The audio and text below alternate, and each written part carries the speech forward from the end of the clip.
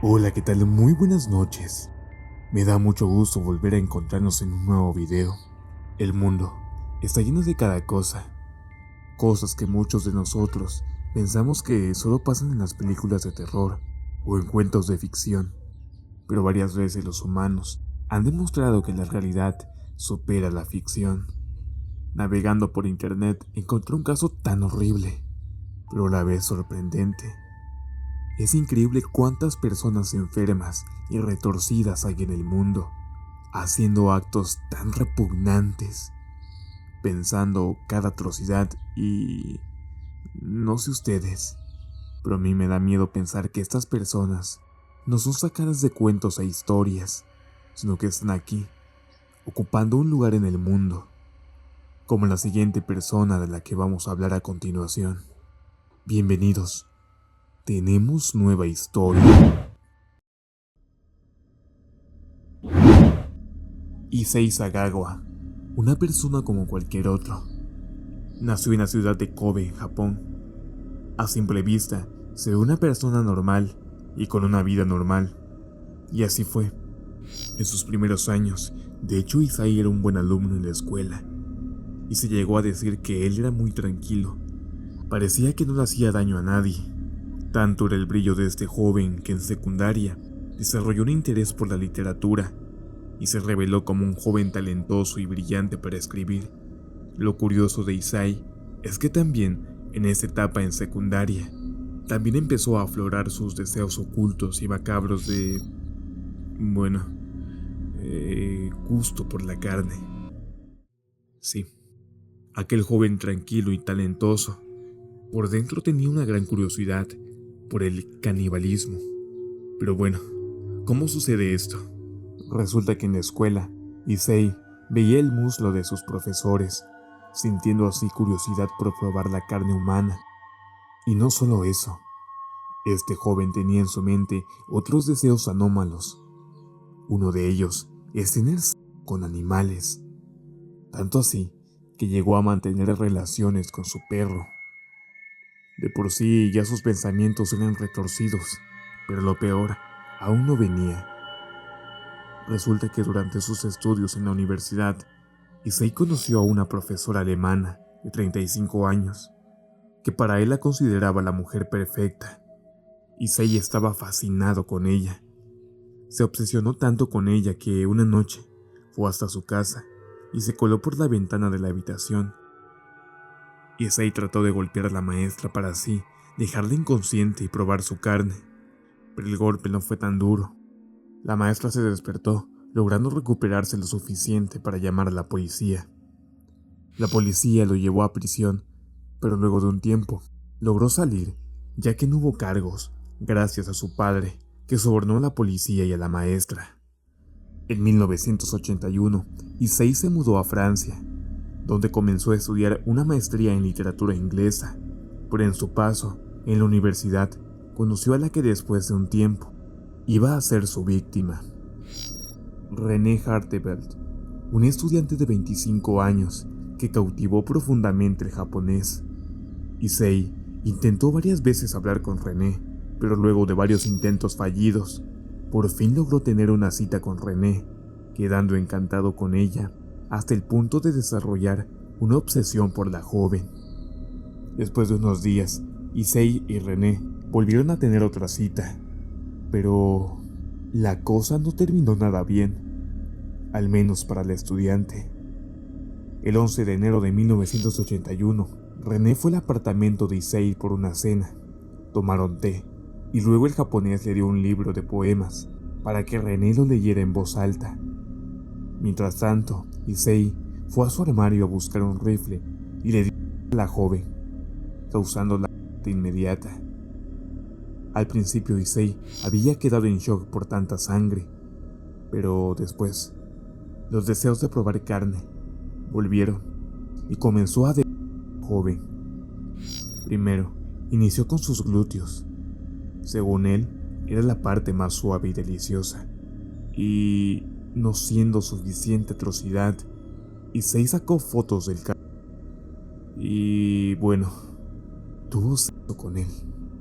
Después, la arrastró hasta el baño, cortó un pedazo de su cadera, lo puso en el horno y se lo comió utilizando la ropa de la joven como servilleta. Más tarde, cortó uno de sus dedos y se la comió igualmente. Además, también probó las mejillas, el arco de su pie, sus ojos, la parte de abajo de su brazo y finalmente su estómago. Al otro día cortó sus partes íntimas y cocinó el para comerlo. La historia es tan fuerte que hemos tenido que censurar algunas palabras por obvias razones. Luego de esto, confesó haberse puesto caliente y se mató con la mano amputada de René. Ese día, también se comió el cartílago de su nariz y la lengua de la joven antes de todo el cuerpo y guardar parte de los restos en el congelador. Las partes que no quiso comerse las empacó en 2 maletas y las llevó en un parque, donde se deshizo de ellas arrojándolas en un río. Pero Issei no contó con que había una pareja cerca del lugar, y luego de que él se fuera, se acercaron a revisar qué había en las maletas, y vieron un brazo sobresaliendo. Al llegar las autoridades, descubrieron que adentro de la primera maleta habían 2 brazos, un par de piernas y la cabeza de una joven blanca. En la segunda maleta estaba el torso. Rápidamente la policía contactó con la agencia de taxis y el conductor que lo llevó al parque para averiguar su dirección. El 15 de junio, oficiales franceses llegaron al apartamento de Issei y al abrir la puerta, este los recibió con una sonrisa y sin oponerse a ser detenido. Cuando los policías entraron, se encontraron con los restos del macabro festín de y carne que se había montado. Durante su interrogatorio, este confesó todo el crimen con lujo de detalles, afirmando en varias ocasiones que su pasión por René era tan grande que se la comió para que así ella fuera suya por siempre. Tras sus declaraciones, Issei Sagawa fue encarcelado en la prisión de la Santé, a la espera de su juicio.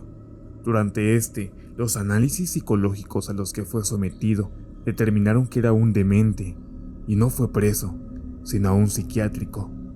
Unos meses después, Issei enfermó en el psiquiátrico y fue trasladado a un hospital donde el médico lo diagnosticó con una encefalitis avanzada y le pronosticó pocas semanas de vida. Con esta excusa, el padre de Issei movió sus contactos en la embajada y logró trasladarlo en 1986 a Tokio.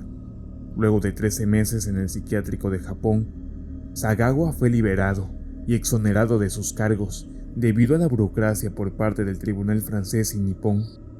Comenzó así una nueva vida en Yokohama, con una nueva identidad, pero con el mismo oscuro pasado. Sorprendentemente, Issei se volvió una especie de celebridad en su país, despertando el morbo ajeno de todos por conocer su historia. Aprovechando esto, Issei fue comentarista, invitado en televisión, escribió reseñas para restaurantes y realizó pequeños papeles para documentales y películas. Además, plasmó su historia en un manga escrito por él mismo, y hasta inspiró varias canciones como el tema de los Rolling Stones, Too Much Blood, y el tema de Sensi de Fiat de la banda Cannibal Corpse.